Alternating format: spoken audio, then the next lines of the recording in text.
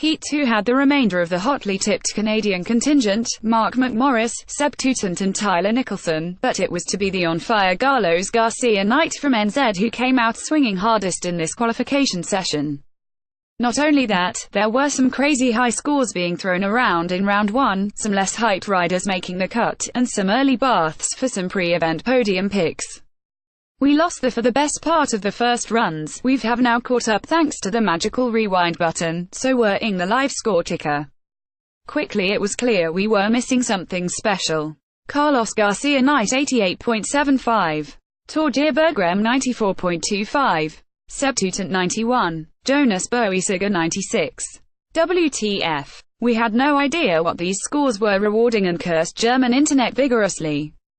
When we caught up we found CGK had put down a switch backside 16 mute with the slightest of hand drags, Bergrem a monster, textbook back 16, Toots a cab 16 triple and young Swissman Boesiger a backside triple cork 16 mute, and ultra deep to boot. It was on bonkers boarding, and once again showed that the judges are happy to dish out big scores for flat spins, if the rotations enter the Renaissance era of 1620 or higher. After the first round of exchanges it was Billy Morgan sat on the bubble, but with the likes of Marcus Cleveland, P2P and Tyler Nicholson yet to open it up, it was a worrying place to be going into round 2. Bubble boy Billy Morgan. But, as with compatriots Dale Sandbeck in the earlier heat, the hotly tipped Cleveland had a shocker on this second run, sitting down on a back 16, and with that his time at the Olympics was ended. Torgeir and Boesiger, both either confident that they'd qualified or aware they hadn't anything more in the tank to one-up their previous efforts, treated us with some style, Torgeir in the shape of his UAL switchback 5 method, Jonas with a Swiss-style method, but others who hadn't hit the mid-90s knew they needed to turn it up to book their final spots.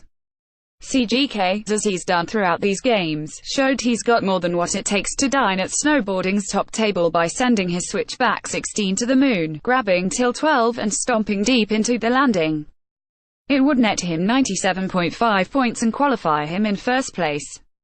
McMorris sat on an 89 for a front triple 14, dropped in fakie for a switchback 16 that had a whiff of the multi-corkage and was good enough to bump him up to 95.75 and secure his spot.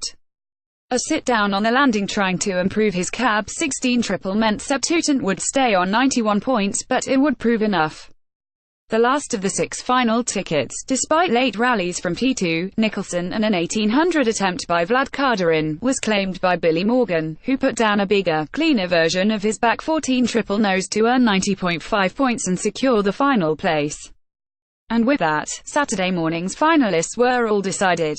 Women's Big Air finals are next on the agenda, so we'll see you at some stupid early time on Friday morning for those.